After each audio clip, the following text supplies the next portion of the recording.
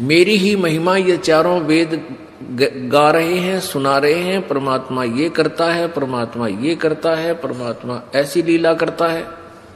लेकिन मेरे पाने की विधि वेदों में वर्णित नहीं है। अब यहां दो प्रश्न उठते हैं कि एक तो परमात्मा सामने बोल रहे हैं, कह रहे हैं,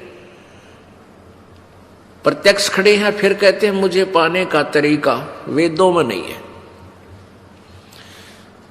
अब इससे क्या सिद्ध होता है कि परमात्मा के दर्शन कर लेने से मोक्ष नहीं, परमात्मा के द्वारा दिए गए उस भक्ति की कमाई करने से मोक्ष होगा। नहीं तो परमेश्वर 120 वर्ष रहे, जिनको अच्छी आत्माओं ने भी दे दर्शन किए, बुरा ने भी किए, जो उनके विरोधी थे उन मार मार कर रहे थे उनके पीछे, उन्होंने भी दर्शन किए। दर्शन से मोक्ष नहीं है, परमात्मा के उस मंत्र से मोक्ष है।